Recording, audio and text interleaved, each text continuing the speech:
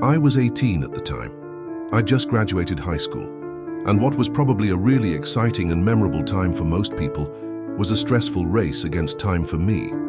You see, my dad was very traditional. If I were going to be living in his house after high school, even just over the summer between graduation and college, I needed a job. If not, I was freeloading, and he swore with an adamance I certainly didn't care to test that I'd be out on the street if I was. Unemployed for long, I'd had months of preparation. Hell, years, really. This entire time I could have been looking. He certainly hadn't waited until now to clue me in on the terms of living with him after high school. But I just wasn't the type to care that much about anything until I was days from a deadline. Finding a job back then wasn't easy. I dyed my hair green and my nose and lips were pierced, not to mention the gauges and the shitty stick and poke snake on my forearm that my 16-year-old self had afflicted upon me. Case in point, I wasn't getting hired most places, and being that I had about a week at the time left to figure it all out, like usual, I was in a mad scramble to line something up before facing the consequences. But then, as if some morbid miracle, a cop got shot and killed on 84th Avenue pretty close to the pass and go out there, and an opening for the night shift position appeared not long after.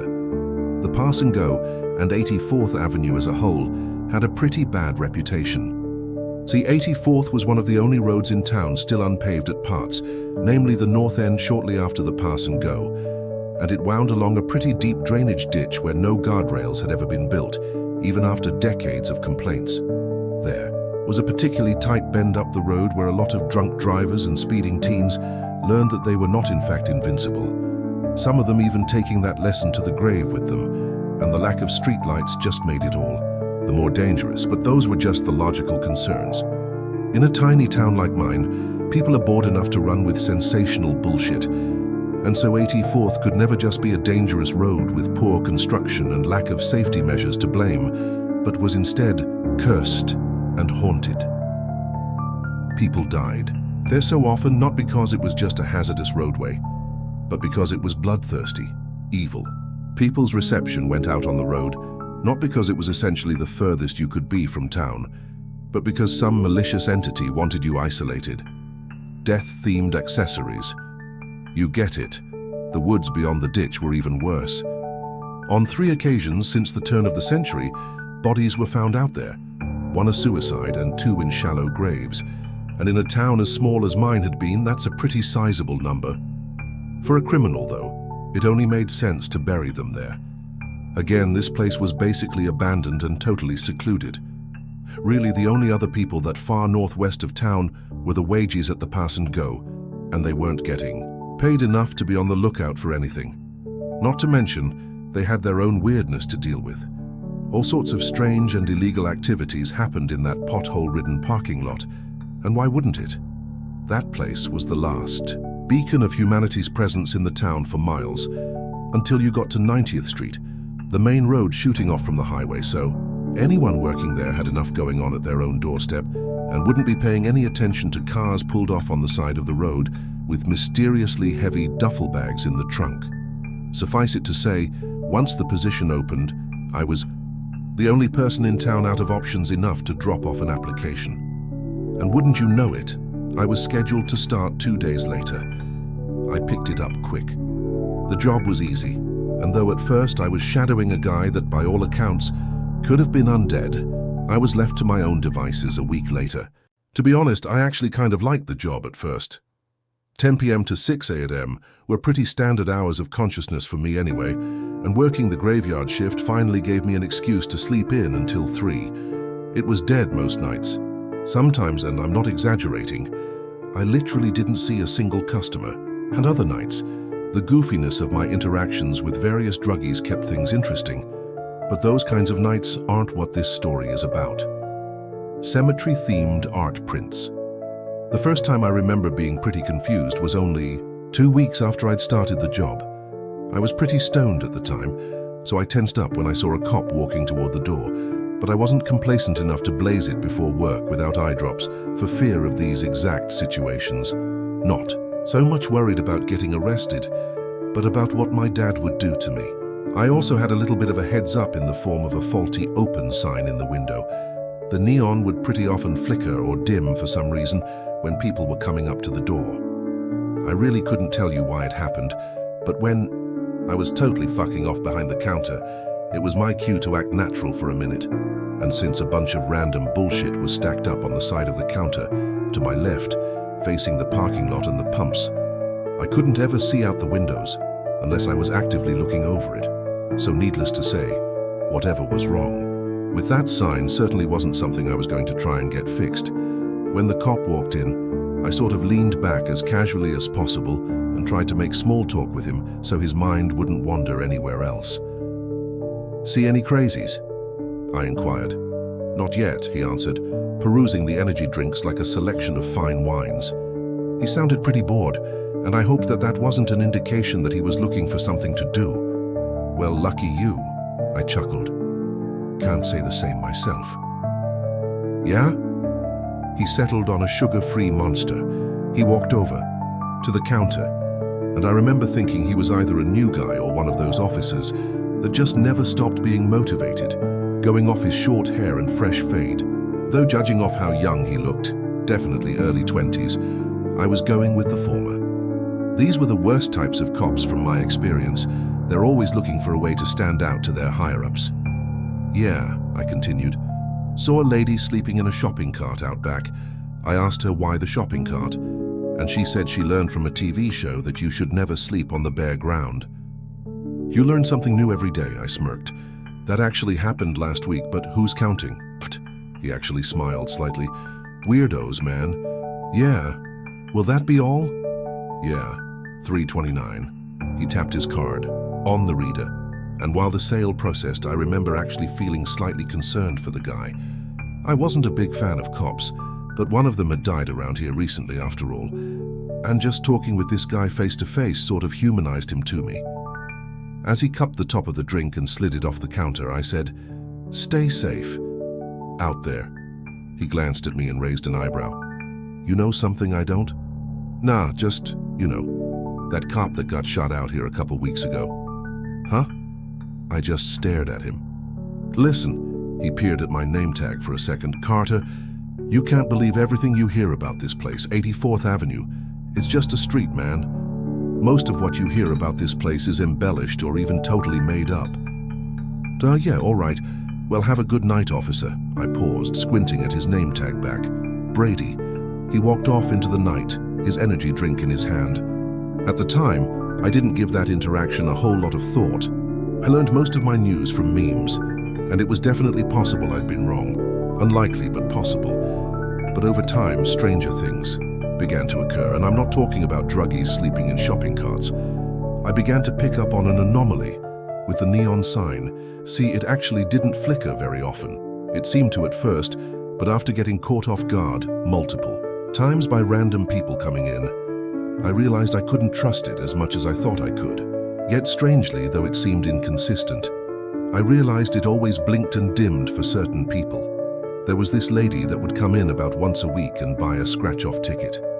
I figured she had to be pretty depressed because she was always wearing the same clothes and was coming to this dingy-ass place with relative frequency. Every time she'd ask for the same ticket, cash keys her, and every time I'd slide it to her, she'd smile at me and say, "Maybe tonight's the night." Even in her voice, I could hear how much she needed a break. But I guess tonight was never the night, because a week or two later, she'd always be back, always dressed the same, always buying a colorful strip of false hope that things would suddenly change for her. I tried to chat with her the more she came in, but she wasn't keen on giving away details about her life. She was mostly unresponsive, just nodding or giving me one-word answers, and then she'd head out in kind of a hurry. But her clothes weren't the only thing that stayed the same every time. Every single time she came into the pass and go, that sign would flicker. Now, I could have just been reading into things too much. I wondered if the sign was ultimately connected to a wire, through the ground maybe, and maybe certain people were stepping over it, and those people just kind of came in the same way every time. I didn't really know, I'm not an electrician, but the sort of Groundhog Day that transpired every time she stopped by really did intrigue me.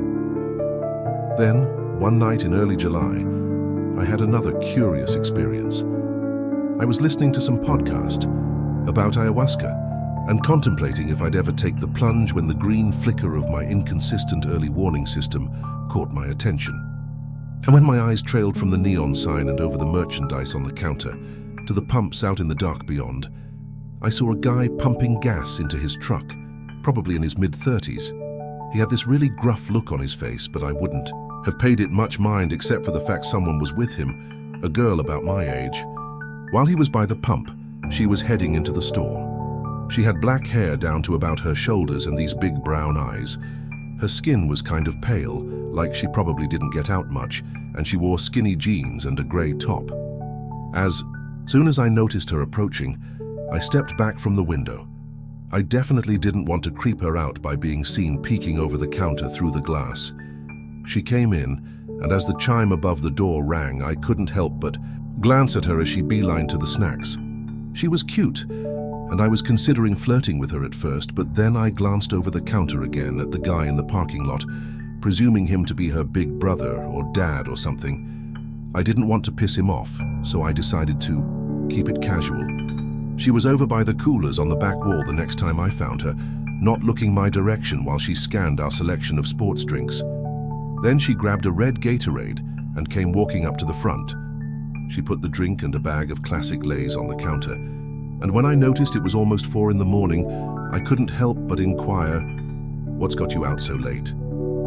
I was scanning the items with muscle memory, my eyes meeting hers after she glanced at the counter for a second as if considering a response. Nothing, really. "Big bro?" I flicked my eyes to the guy in the parking lot, and at this, her nose wrinkled. "Hell no." I thought that was a strange response. "Ew?" I asked as the total popped up on the screen. "It's gross to have a brother?" "It's gross to kiss your brother," she smiled flatly, and I didn't want to seem creepy, but I couldn't help but get on the tip of my toes for a second and peek at him again. No doubt the guy was in his 30s, and if I had to be more specific, I'd be leaning more toward late 30s than early. He was wearing boots, jeans, and a blue and brown flannel and had a 5 o'clock shadow I could see from the store. The more I looked at him, the more weirded out I felt. But then again, none of this was my business and I didn't want to pry. She definitely didn't seem to be with him against her will. "Ah, gotcha," I smiled, but the whole thing felt unignorably off to me as she handed me a 10. "You guys going on a road trip or something?" "Something like that." There was this turbulent mix of emotions in her eyes, and while she looked excited, definitely thrilled about something, she also kind of seemed to be longing too. I only got a glimpse of it though, as she unexpectedly asked, "You ever just do something totally crazy, like overnight?" "I mean, I took a heroic dose of shrooms once on a whim without a trip sitter," I smirked, and she chuckled too, but shook her head. "I didn't mean something like that." She paused. "Anyway, have a good rest of your night." "You too," I remarked, but as she turned and walked away, I felt a steadily increasing urge to say something, to ask her why she was with this guy that looked like he could be her dad, to inquire more about this crazy overnight thing she was hinting at, or this road trip-esque adventure she was on that had her at this infamous gas station at 4 in the morning. But I was just too immature at the time and selfish, even feeling like I should probably investigate what was happening and probably pay more attention to what was going on. I also felt like I really couldn't be bothered. I told myself that it wasn't my business and that I shouldn't be nosy, but really I just didn't want to get involved. Though a moment after she left the store, my curiosity got the better of me again, and I peered over the cigarettes at the truck in the parking lot. She was already inside, and at first it looked pretty unassuming. It was old and kind of a faded red, with 2x4s in the back under a blue tarp. All in all, nothing suspicious. But when he got to the turnoff onto 84th and he took a right, I noticed the passenger side window was broken, like it had been punched out. I couldn't see the girl well this far away, but her being in this older guy's truck with the right window shattered made me feel even stranger about the whole ordeal. Something was definitely off, but at the time, my lazy ass just didn't care enough. It was mid-July, though, when the veneer of eccentric late-night patrons was shattered forever, and I was forced to see what was really going on. It began with a loud rumbling from the parking lot. I got immediately uncomfortable as some biker douche rolled up, revving his engine like if it were loud enough I'd give him a discount. Then he climbed off the bike and came stumbling toward the door, the green neon flickering onto him from the window. I could tell just from the counter that he was totally hammered. He could barely even make it inside. He came right to the counter and absolutely reeked of alcohol. "Give me a pack of menthols, Camel," he slurred, leaning onto the counter with his right hand. "You okay, man?" I grabbed it. "The fuck do you mean?" His hostility freaked me out just as much as it annoyed me. "You're obviously drunk off your ass," I replied. "You just drove here on a motorcycle. Seems like a bad idea." "Shut the fuck up and sell me the cigarettes, man." He was glaring at me like he was ready to swing, and though he was so fucked up, I don't doubt I could have taken him. He was still a big guy and it really wasn't worth the trouble. "Your funeral," I muttered, grabbing the cigarettes and noting it was the last pack. Normally I would have made some quip about that, but with this guy, I just wanted him to leave. When I slid him the cigarettes, he flung his cash at me and almost walked away without his change. Then he stumbled off back out the door, shoving it open so hard I wondered if he broke it. And then, without any warning, as he stumbled along the window toward his bike, his entire body changed. My breathing stifled as I noticed his head was dented in. Multiple of his teeth were missing, and blood ran down his face and soaked his jacket. He was covered from head to toe in cuts and scrapes, and his right arm was broken, the bone jutting out slightly. I stumbled back and tripped, knocking over the vape pens, then almost slipped on them as I scrambled to my feet and chased him out. The door, staring in horrified bewilderment as he climbed onto a waterlogged motorcycle, the front of it totally wrecked. "Hey!" I screamed. "Man, are you all right?" He just looked at me, and as he stared into my eyes, his look was totally different than before. He wasn't angry, confrontational, or even drunk. He just had this totally sober look of regret. He stared at me a moment longer, then revved his engine, and somehow he and his obliterated bike sped off into the night, leaving me totally alone in the flickering neon. And then, as soon as he disappeared up the road, the sign stopped blinking, steadily shining like usual. I sprinted over to the doors, yanking them open and almost collapsing as I barreled into the back room and landed in the seat at the computer. I pulled up the security camera footage and rewound it a couple minutes, desperate to see if somehow, some inconceivable way, I'd just been seeing things.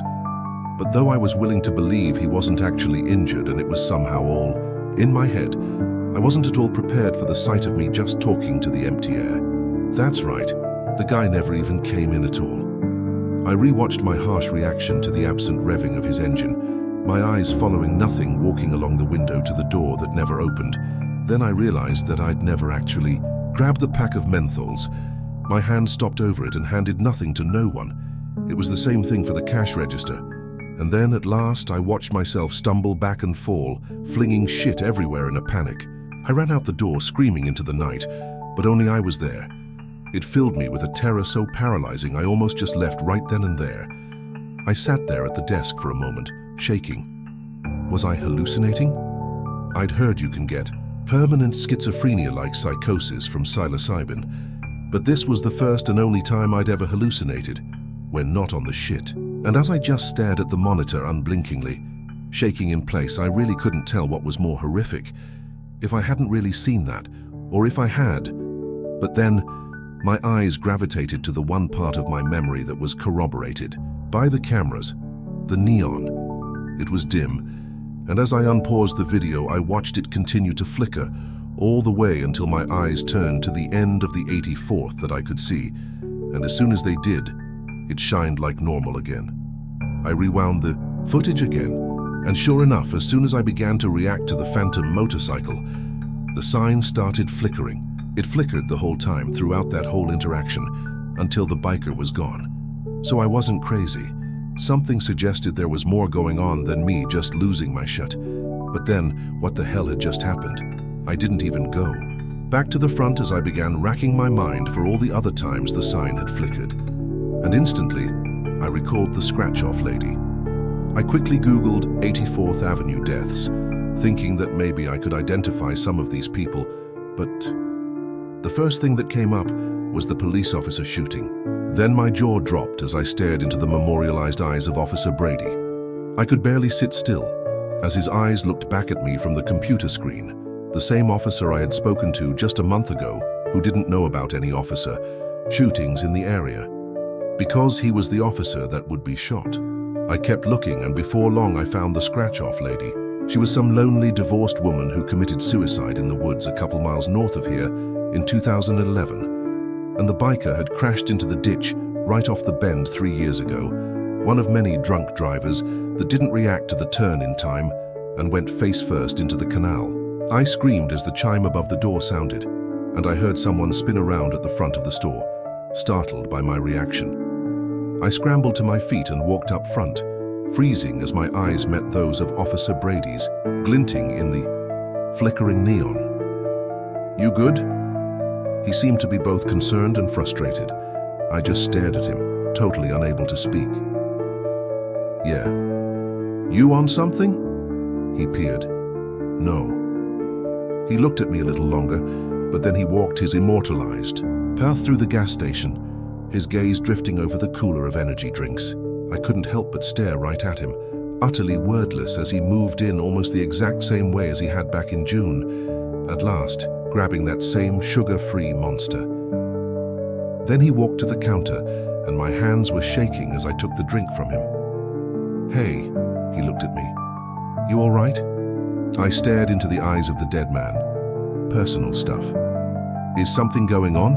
It looked like you were looking at the security camera footage when I came in," he noted, and I listened in silence. If someone's prowling around, here I could investigate. I wanted to address what was really happening, to pick his mind and see if he was really unaware that he was dead, or if he was just haunting this place, and all of this was an act. Then I began to wonder if maybe this was some kind of time machine, if I could warn him about what was bound to happen to him and prevent him from dying in the first place.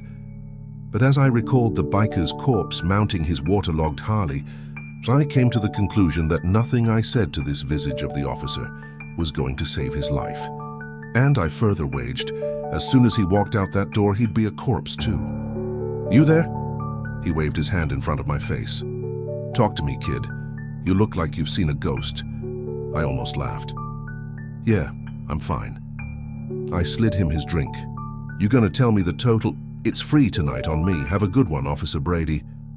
He blinked. He stood there for a moment as if considering investigating the gas station, regardless of my cooperation, trying to get to the bottom of my unusual behavior. And maybe in life he would have. But his fateful march to the street where his life would be taken from him seemed programmed to resume as he suddenly turned and walked out the door, just like he had the last time back in June, taking his energy drink with him.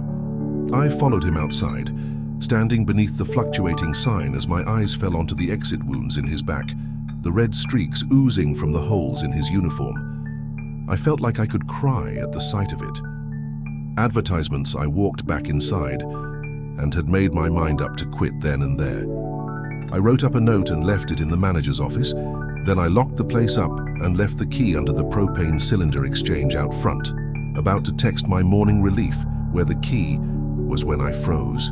I remembered the girl with black hair and big brown eyes, the neon sign that I had once thought of as my early warning customer alert, and now understood to be some kind of paranormal detection radar, had flickered with her entrance too, just like it had for the biker, the scratch-off lady, and Officer Brady.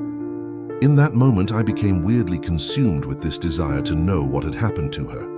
Maybe it was because I found her cute, or maybe it was because even in the moment that night, something felt horribly off. But for some reason or another, I became totally invested in figuring out what had happened to her, to the point that I decided to unlock the store and stick around. I went back to the computer, but for some reason, though I was able to find information about other people that had died in the area, some of whom I'd even seen walk into this gas station's very doors in the middle of the night, I was completely unable to find her, and it really ate at me. I went back to the front at some point around 5 a.m., but still I was just searching on my phone for the girl. Though by the time my relief came in at 6 a.m., I still hadn't found shit. And that was my obsession for the next couple days. When I'd exhausted every article about deaths on 84th, I began to wonder if anyone even knew she was dead. So, I searched local missing persons, and I looked into all of them, but still none of them were this girl. It haunted me for days. Began reliving as much of that night as I could, trying to recall every single detail. I could remember her hinting that the guy she was with was her boyfriend, which even then was a red flag. But now, as I remembered that older guy in the parking lot pumping gas in the dark, it filled me with dread. I didn't get that good of a look at him. I could tell he had some stubble and was wearing a flannel, jeans and boots. But what good was that? As for his truck, I wasn't sure exactly what make or model it was, just that it was red and looked old. I could only assume the punched-out glass was like the biker's motorcycle, something that had taken place after the girl's death, or more likely during. Then I remembered her asking me if I had ever done something crazy and overnight. And as I mulled over the words for hours, sitting on the back porch smoking a bowl as the sun set before my shift, I ruminated on all the possibilities such a vague statement could mean. But then when I remembered her saying she was on something like a road trip, it started to click. The guy she was with, her boyfriend, must have been taking her off somewhere, probably far from her home. Maybe they'd been talking online, probably in secret, because no parent would let their kid date a grown-ass man like that. And she seemed to be about 18 like myself. Maybe he'd driven to where she lived, and this big, crazy overnight decision she made was climbing into this stranger's vehicle that she'd been tricked into thinking was safe, driving with him for God knows how long as he took her to God knows where. And then they stopped at the pass and go on 84th Avenue for gas. At first, that part didn't make sense to me. Yeah, this place was a couple miles south of 90th Street, which came right off the highway, but why wouldn't he stop for gas at one of the many gas stations out there, closer to the interstate? Though the more I thought about it, the more I started to piece it together. If this guy really was from out of state and was trying to get her back to his place undetected, it made sense he didn't pull right off the highway to the nearest gas station where cops could be combing through camera footage. Instead, he drove off to the most secluded road in the whole town, 84th Avenue. I started to feel overwhelmed. I had nothing to go off of to narrow my search, really, and for all I knew, I'd have to look at missing persons listings for people in every surrounding state, and maybe even farther than that. I mean, it was just impossible. But at last, saying a prayer to whoever was listening, I typed in the vaguest string of clues I had. Missing girl, brown eyes, black hair, red truck. And then I scrolled and scrolled and scrolled. I searched it first in various counties in Iowa. Maybe she was just from a lower part of the state. But when that didn't yield anything, I searched the same sentence with counties in Missouri at the end, and then Kansas, and then Nebraska. And then, after over an hour of looking, my heart skipped a beat. I saw those big brown eyes looking back at me through my cell phone screen. I clicked on the news article, and there in her missing persons listing was unmistakably the girl's face, just like the one in the gas station. I immediately read the article like it was some sort of divine revelation. Her name was Amber Wicker. She would have just turned 18. In fact, her birthday was only 2 months ago, but her disappearance was 4 months ago, which meant that on the night that she'd actually stepped into the gas station and not the memory I had cohabitated, she was only 17, making the whole thing even more disturbing to me. She was last seen on her front door's Ring camera, climbing into a red truck parked across the street, almost totally out of frame, but even in the glimpse of it available in the video, I could tell it was the same one when I saw the 2x4s and blue tarp. My stomach sank as I watched Amber hurry down the driveway, looking once over her shoulder to the safety of the house she was abandoning, then reaching the truck and climbing into the passenger seat before it took off up the road. I leaned back in the chair, letting out a beleaguered sigh. So Amber Wicker was her name, and as far as the police knew, she was missing. But I knew she was dead. After all, every customer that had walked in beneath the flickering sign had been a corpse. And as much as I wanted to believe otherwise, I assumed her case wasn't any different. So as much as I wanted to stop working at that place, as much as it bothered me to see those ghosts walking the fated paths of their memories through the purgatory that was the pass and go off 84th Avenue, I had to stay. I had to wait until Amber came back so I could gather enough evidence to give to police. After all, though some of the dead only came in once like the biker, others had come in twice like Officer Brady, and even others had come in on almost a weekly basis, like the scratch-off lady. Eventually, I hoped she would come back. And so, the rest of July I picked up more night shifts, desperately wanting to be there the night she hopefully returned. I also chatted with Justin, the guy who I'd shadowed and who worked nights when I was off. But his brain seemed constantly fried on something, and if he'd had any paranormal experiences, he hadn't noticed. I asked him about the sign flickering, and he said it did that on occasion. So I knew he'd seen at least some ghosts, but when I asked him about Amber, he wasn't sure if he'd seen her or not. Needless to say, I wasn't getting anything useful out of him. I asked him to just keep his eyes open for her and, if he saw her, to note the license plate of the truck by the pump. You'd think such a strange request would raise an eyebrow, but he was so zombified on whatever the hell it was he was abusing in his off time that he just said sure. In the weeks after I'd pinned down Amber's true identity, I began to research her a bit. I could only find 2 articles about her. One was the one I first found, which just had the basic details of her disappearance, and the other was an even smaller article in which her parents had given a statement and a number to call if anyone knew anything. I really wanted to call that number, but I knew that right now I honestly didn't have shit. I could always say I was at the gas station that night and saw something, but the security camera footage only went back 60 days, so there'd be no proof one way or the other. I didn't have a license plate, and I was a whole state over. I didn't have a lot of faith the police would be able to do much with that, and I didn't want to give her parents false hope, so I decided I'd just wait until her memory replayed again, and I could piece together some actionable details. In the meantime, the more I searched her, I was at last able to find some of her socials, but her Instagram was private, and her Twitter was inactive for years. Though when I stumbled upon her Facebook, even though it too hadn't had a post uploaded in 2 years, I felt strangely more connected to her as I scrolled through her photos, this immortal anthology of a dead girl's time on Earth, floating in cyberspace for anyone to find and sharing her memories from before her life was prematurely snuffed out. I found pictures of her laughing with her friends, smiling at A-dance, and blowing out birthday candles. I saw random posts ranging from her excitedly proclaiming she'd gotten her learner's permit to complaining about failing some biology test. All these moments of this girl's life, both significant and insignificant, were here forever, memories accessible to anyone that cared to find them.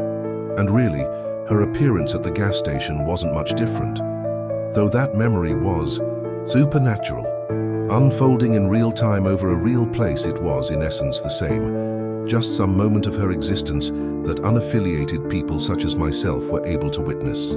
Though whether or not I had been the one to see it for a reason, or my witnessing of it, was just as inconsequential and random as me scrolling through her Facebook page, I felt that I was a part of this girl's story now, and it was my duty to help her however I could. But by August, she still hadn't come back. And strangely, neither had Officer Brady or the biker, or even the scratch-off lady. There was only one other occurrence of the sign flickering, and I guess it was either a no-show ghost or a fuck you from the universe, because no one ended up coming in. I got worried that whatever supernatural phenomenon had been taking place was over just as suddenly as it had begun, and that I'd never see her again, never be given a chance to atone for my apathetic complacency that night, when I could have paid more attention to a situation that was obviously suspicious. And even worse, I was shipping off to college in just a couple of weeks. My remaining days at the pass and go were numbered. So on August 3rd, while sitting behind the counter in the dead of night, waiting for the purgatorial replay of an apparition's final stop on the drive to her untimely death, I made up my mind.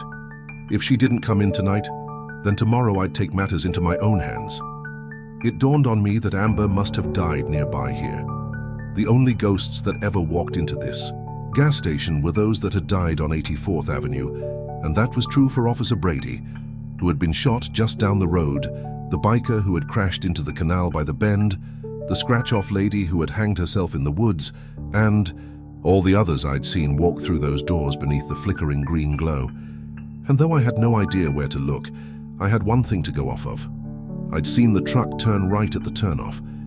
So somewhere north of here she must have died, and maybe, just maybe, I could figure out where. By morning, I still hadn't seen her, or any ghost for that matter, and after chatting with Tegan, my morning relief, I walked out to my car. But though I'd planned on driving home and getting some sleep, then searching later, I just couldn't resist the urge to look, right then and there.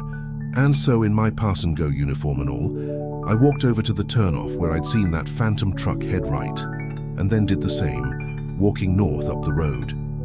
The sun was just barely rising over the trees, and I couldn't remember the last time I'd appreciated a sunrise. Usually I sped home trying to beat the sunlight to my room where I could shut my blackout curtains and crash as if it were still night.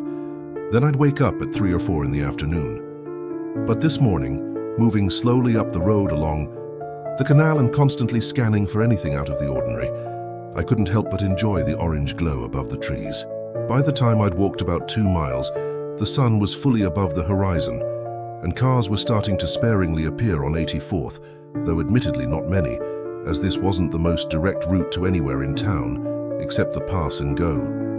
I'd already passed the infamous bend, and even felt obligated to pause there a moment before the canal, sort of waiting in reverent silence as I remembered the stare that Biker had given me, the regret permeating his eyes. By now, though, it could no longer be considered a canal. It was a drainage ditch at best, a muddy, shallow dip off the road, and beyond it was the forest. But then, in my steady scan of the ground in front of me, I noticed something twinkling. I crouched, looking down at small shards of glass on the pavement. Almost like a vision, my mind seemed to play out this simulation, and I was staring at the man as he and Amber argued. He lost his temper and slammed her head into the window, shattering it. I noticed more twinkling coming from the grass before the ditch, and I could almost hear the sound of his boots scraping the asphalt as he kicked the glass off down the hill, trying to cover up anything that had happened. Then I noticed something yellow peeking out of the mud. I stepped down into the ditch, grabbing the corner of the plastic and pulling it out of its muddy tomb. Sitting in my hand was a faded, dirty bag of Lay's Classic, mostly empty, with just a few crumbs at the bottom. My heart raced as I recalled her placing the bag on the counter, and again I could see it before my mind's eye. The man dragging her body out of the passenger seat, her deadweight foot scraping the bag out with her. He probably didn't even notice in his panic as he dragged her toward the forest, the bag fluttering off down into the ditch below. I walked up the hill on the other side. I stepped into the forest. My breathing started to become heavy as I walked deeper into the trees, terrified as I anticipated just what nightmarish spectacle I might be about to find. But I wouldn't turn back now. And as the afterimage of Amber's conflicted, eyes appeared in my mind again, and I resolved to find where she was buried so I could finally give her parents peace, maybe even give her peace. And it didn't take much more walking to find clues. I noticed 2 barely visibly scrapes in the dirt, where her shoes must have been dragging. I carefully followed them, stepping off toward a cluster of trees as they suddenly turned, at last freezing before what I could immediately ascertain was a shallow grave.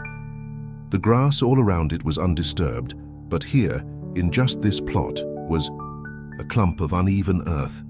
Some grass and leaves had been precariously scattered on top in the man's frantic attempt to conceal it, but it wasn't convincing. And as I crouched before the plot, my heart began to thump out of my chest. But I gulped and steeled myself, knowing I had to see this all the way through for Amber. I wished I had a shovel, but with nothing else, I just dug with my hands, scraping the dirt away and trying not to consider the possibility of my fingers abruptly touching her corpse. I jerked as I felt something that wasn't soil, didn't feel like rotting flesh, so I brushed the sand away, and my eyes centered upon a filthy blue tarp immured in the ground. It was all I needed to see. I stayed right there, pulling out my phone and calling the police, and when they arrived within the hour, I told them I'd gone on a morning walk after getting off the graveyard shift, but noticed the broken glass and trash on the side of the road. They applauded me on my intuition, saying they probably wouldn't have found that suspicious at all. And hell, I certainly wouldn't have either if I hadn't known the context. From there, I said I walked into the forest out of curiosity, but when I found what looked to be a trail left by dragging feet, I became convinced I'd actually found something serious. And after a little bit of digging where the ground looked abnormal, I'd seen the tarp, and assumed the worst. They were kinder than cops had ever been with me as they thanked me. And in just a couple of days, it was confirmed in a news story that wrapped in that tarp and left to rot in the woods off 84th Avenue for the last half a year was none other than the body of Amber Wicker. The girl with black hair and big brown eyes is taking her next big step in life, the last big step she'd ever take. I was glad I had been able to help her family get some closure, and hell, even lead to the arrest of the bastard that killed her, whose DNA was recovered at the scene of the crime. But even still, at the end of the day, none of that would bring her back. I just felt hollow. Finding her body, providing her parents whatever relief they could find, and putting that monster in jail still wouldn't bring that innocent, naive girl back to life. And as I listened to a podcast on the graveyard shift on my last night of work at the Pass and Go, 4 days before I'd be heading off to college, I found myself constantly distracted thinking about that. But slowly I got my mind off things, paying more attention to the podcast and starting to stare off into space at last, the shift beginning to fly by. Until just after 4 in the morning, I gasped as the neon sign flickered. I darted over to the side of the counter and peered over the cigarettes. I'll never be able to describe the feeling in my chest at the sight of that old red truck. And though I felt ice in my veins at the after-image of Amber's killer pumping gas in the dark, when I found her walking to the front of the store, all that remained in my heart was an overwhelming longing, an inconsolable despair. She walked into the store, the chime on the ceiling ringing as she headed right over to the snacks. I stared at her undamaged body, her clean black hair, and her innocent big brown eyes. I became emotional at the sight of it, trying desperately not to cry. She grabbed the bag of Lays. Then she walked over to the sports drinks, and I leaned against the counter, my chin in my palm, as I gazed at this specter retracing the final moments of her life, none the wiser to the horrible demise awaiting her 2 miles away.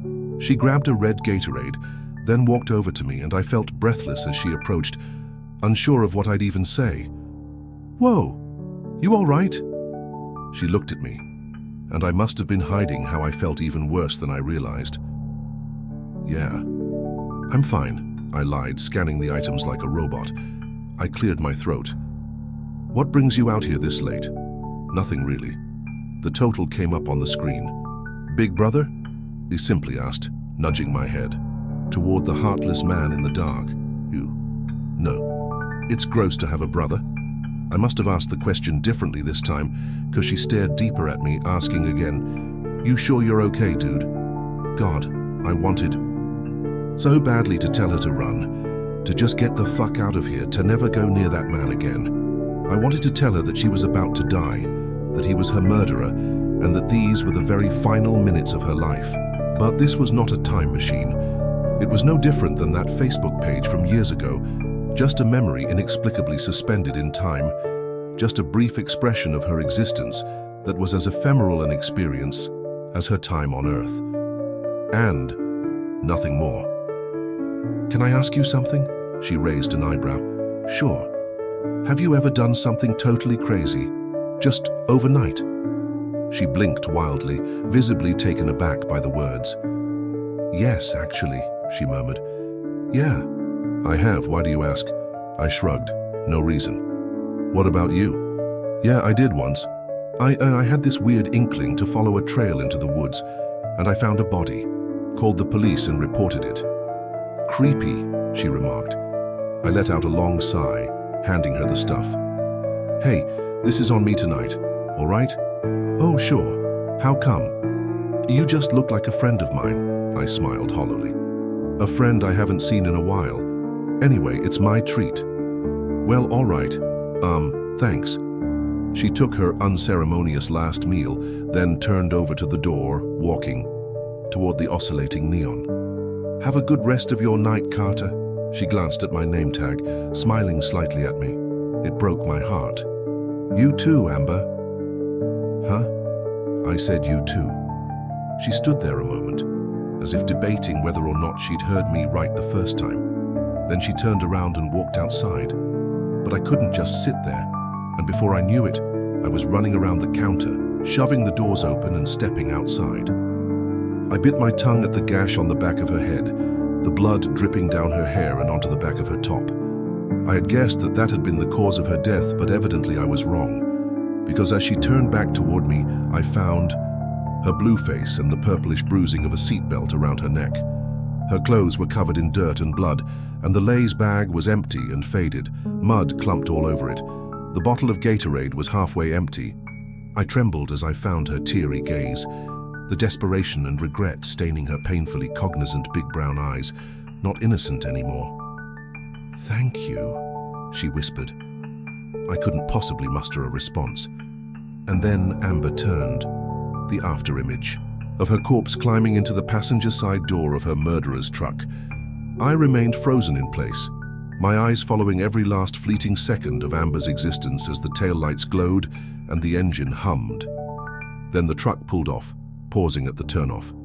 And then, as it pulled away, turning right on 84th Avenue and heading to her shallow grave, the neon of the sign stopped flickering, leaving me standing there alone again in silence.